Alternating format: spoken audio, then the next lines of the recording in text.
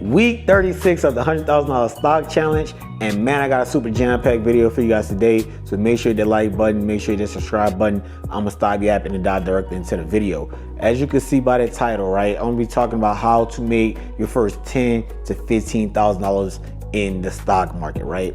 And I feel like I successfully grew my account from $200 to $10,000. $257 to be exact is what I started with. But I know Coach, when I say Coach Chris Sain, he already got his rules, you know, how to make your $100,000 in the stock market. But the problem with Coach rules, and I'm not trying to knock Coach at all, so please don't think I'm trying to do that at all. I'm not trying to knock Coach, not one bit, but I just feel like Coach been doing this for so long, he forgot what it's like to be a smaller person starting off in the stock market, right? So that's why these are things that I learned from Coach, but I modified it to help work for me in my favor, right? So one, this is not financial advice, and two, I'm not knocking Coach. I just really want to get it out there and put that out there. But number one, man, like, I know Coach, he wants to go from 0 to 100, but you got to realize, how do you eat an elephant? You cut it up into pieces, right? You take bite-sized pieces. So identifying that we might not go from 0 to 100, but we go from 0 to 10 to 15, and then we go from 15 to 25, or 30, whatever. But you gotta chop it up into pieces, right? You're not gonna go from 0 to 100, right? Some people might, but if you starting off small with a smaller account, and I mean real small, $250 is a small account, right? So you could definitely do it, but you got to take these rules into effect, right? And number one is identify your buying power, right? What I mean by that is, one, identify what you're starting with, how much you're putting into your account, right? How much you're going to deposit monthly into your account, right? And three, which is the main important of that is, right, if I got $500 in here, I'm depositing $100 in here a month. Do not try to buy Netflix. Do not try to do that. Start with something that's in your budget, right? Start with something that hey, every month I could go ahead and buy me, 2 or 3 stocks at a time of this share, right? I could go buy, 2 or 3 shares of this. I could go buy me 2 or 3 shares of this, right? You gotta truly identify your buying power, like truly stamp that and solidify that. That is the main important thing, right? And number two, right? Do not focus on options trading starting off, right? I had so many people come to me, and once again, I'm not knocking Coach at all, right? He was like, man, I'm in a Discord, but I'm so lost, man. I feel like I can't get ahead. I don't know what I'm doing. I'm kind of lost, right? Options is kind of somewhat complicated, right? You should not focus on options until it's after $10,000, right? And I'm gonna explain that a little later, but do not focus on options right away. Do not do it. Do not do it. The stock market itself is a lot to learn. And on top of that, you're just now starting off and you're trying to focus on options right away. I do not think that's going to be helpful at all, right? The third thing, right, is to learn how to properly evaluate a stock, right?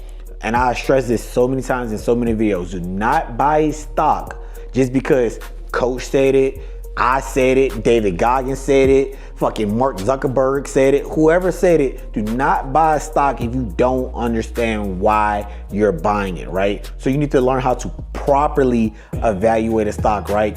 Learn how to properly know what a good earnings report is, right? Learn how to properly know what this stock open and close out on a consistent basis, right? Know what this stock does when the FMOC call goes about, right? Learn what type of growth strategies they're implementing, right? Knowing who their competitor is, right? Knowing what can hurt this stock in the future. You have to properly learn how to evaluate a stock. That's the only way you're going to be successful investing in the stock market, is you have to learn how to evaluate stocks, right?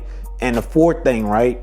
Do not own more than 3 to 4 stocks in your portfolio, right? And this is something I struggle with the most when I started out, right? I just wanted to buy a little bit of this, a little bit of that, a little bit of this. And I just wanted to keep buying, right? Especially because Coach, and like I said, I'm not knocking Coach at all, but I feel like every week he talk about a new stock coming out and, oh, you need to buy this one, you need to buy that one, right? But you need to identify, hey, this is my game plan. These are the stocks that I'm going with, and this is what I'm going to continue to do, right? So what I mean that is, one, identify 1 or 2 stocks that you're going to buy and that, these stocks I'm going to hold on for forever, right? I'm going to hold on to Palantir. I'm going to hold on to United Healthcare forever, right? These are the 2 stocks that I'm having in my portfolio for a while, right? I'm trying to build out 100+ shares of these, like Coach say, and that's what I'm sticking to, right?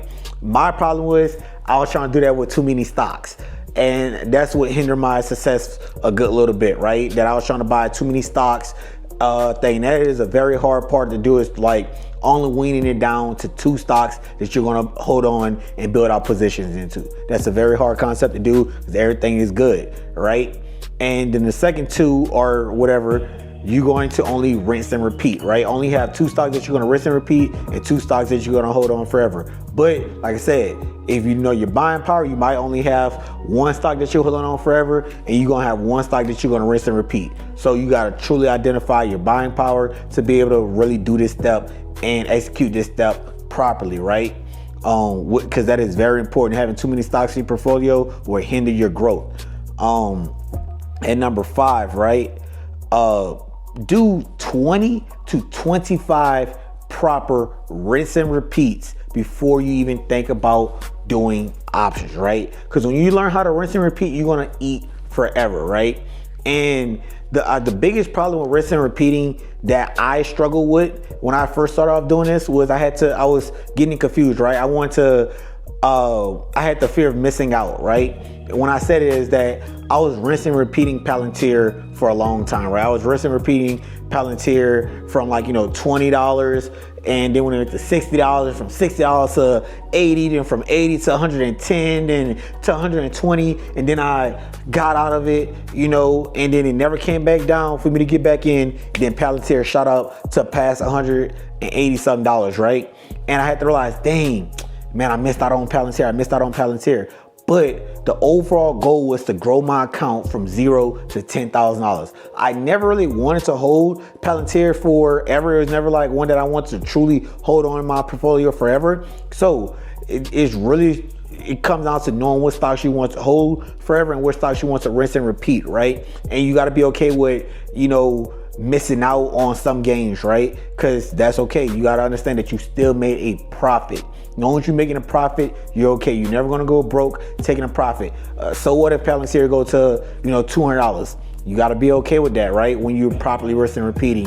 But you should definitely try to do 20 to 25 successful rinse and repeats, and truly master that, right? And the last thing on this is watch The Flock of Wall Street. I kid you not, that is a great show. And I ain't gonna say show, but it's a great, it is a TV show, but to learn the market, right? It is a great platform. They have guest speakers come on there. They talk about the market. It also talks about how Coach always say, how Wall Street is trying to do manipulation. It really shows you that behind the scenes, a little bit of the manipulation that goes on behind the stock market. So it's a really great show. I would highly recommend watching that at least 2 times a week. I promise you, it's like going to class. You're going to learn something from watching that. That's the best thing. You don't like to read about, charts and all this stuff like that. Please watch the Flock of Wall Street. It is great information. I swear by it. It is great information on that. I will be making a part 2 of this video, and that part 2 is basically going to be talking about people, that already got the 10 to 15,000, and we trying to go from, 10 to 25 or 15 to 30,000, right? Because like I said, there's levels to this. So the rules to go from 10 to 25 or 15 to 30 is going to be different from the rules to go from 0 to 10, right? It's truly levels to that. So I'll be making that video Thursday, so stay tuned. But that's all I got for you guys on this video. See you later. Peace.